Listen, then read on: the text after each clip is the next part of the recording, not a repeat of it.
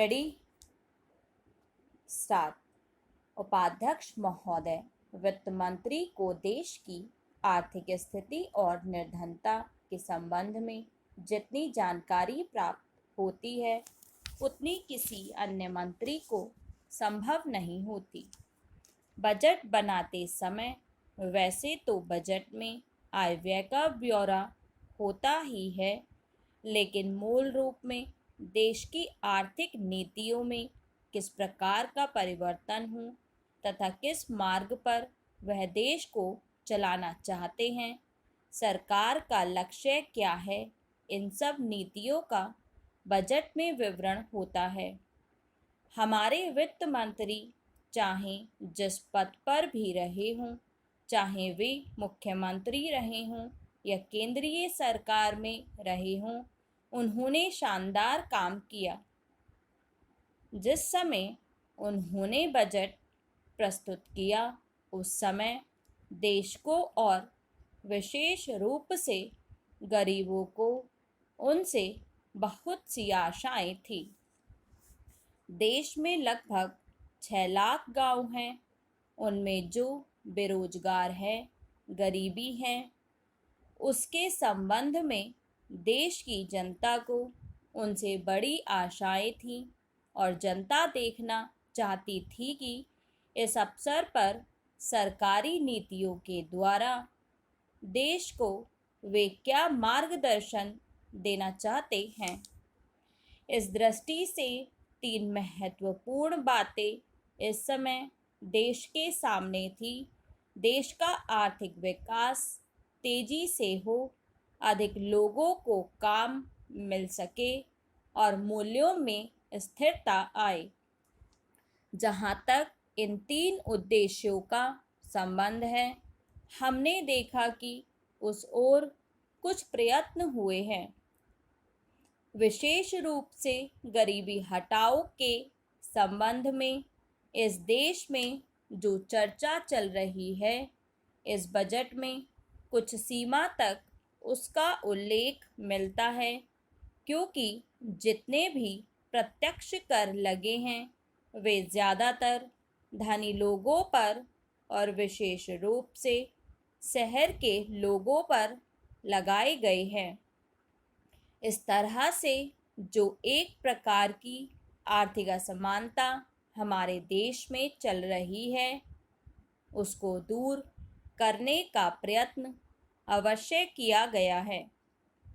लगभग 5 दशक पूर्व जब हमारा देश स्वतंत्र हुआ था, उस समय देश में जितने सरकारी कर्मचारी थे वे ऐसा समझ बैठे थे कि अब तक देश में जिस तरह से अंग्रेजों का प्रशासन चल रहा था उस तरह से काम नहीं चलेगा, क्योंकि कांग्रेस के जो नए लोग आए थे, जो मंत्री बने थे, वे लोग धन के मामले में त्यागी आदमी हैं, धन से उनको मोह नहीं है। लेकिन बाद में उन्होंने देखा कि हमारे मंत्री लोग भी उसी तरह से शानदार जीवन पसंद करने लग गए हैं जिस तरह से अंग्रेज करते थे।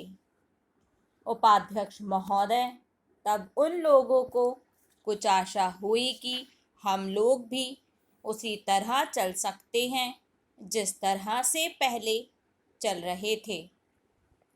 लेकिन अभी हाल में जो चुनाव हुआ उससे देश के धनिकों के मन में बड़ा संदेह पैदा हुआ कि इस चुनाव के बाद उनकी स्थिति वैसी नहीं रहेगी जो अब तक चली आती रही है। गरीबों और अमीरों के बीच में अब तक जो बहुत बड़ा अंतर चला आ रहा था, उसको अब तेजी से दूर करने का प्रयत्न किया जाएगा। श्रीमान, मैं आपका बहुत ही आभारी हूँ जो आपने सदन में चालू वर्ष के बजट पर अपने विचार प्रकट करने का अवसर दिया है। मैं इस बजट का समर्थन करना चाहता हूँ। श्रीमान, मैं सबसे पहले अपने दल के नेता प्रधानमंत्री को इस बात के लिए बधाई देना चाहता हूं कि उनके नेतृत्व में देश में कांग्रेस दल को स्पष्ट बहुमत मिला और इसके फलस्वरूप यहाँ पर केंद्र में एक ऐसी सरकार का गठन हुआ जो कि देश में वास्तव में समाजवाद लाना चाहती है। मैं वित्त मंत्री जी को इस बात के लिए बधाई देना चाहता हूं कि लोकसभा के मध्यावधि चुनाव में जनता द्वारा कांग्रेस दल को जो आदेश दिया गया था उन्हें स्मरण है और वह तन मन धन से उसका पालन करना चाहते हैं। वह आदेश था देश में सामाजिक और आर्थिक विषमता दूर करने का, देश से गरीबी, बेकारी और बेरोजगारी को हटाने का और देश के जो पिछड़े हुए हिस्से हैं उनका पूरा विकास करने का। साथ ही साथ इस बात का भी आदेश था कि देश के अंदर इस प्रकार की सामाजिक और आर्थिक व्यवस्था पैदा की जाए जिसके अंतर्गत जनता शोषण से मुक्त हो सके।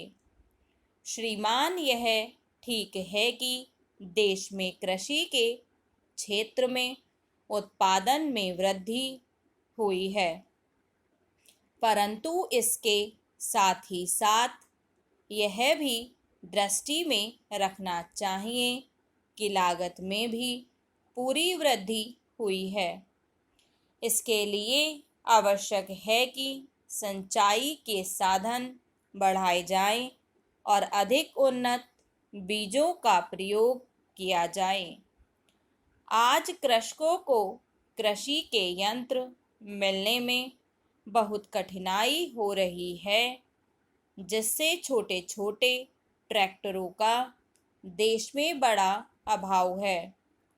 उनके बनाने के लिए शीघ्र नए कारखाने खोले जाएं, जिससे कृषकों को जल्द से जल्द ट्रैक्टर मिल सके। देश तभी प्रगति करेगा, हमारा ऐसा विश्वास है।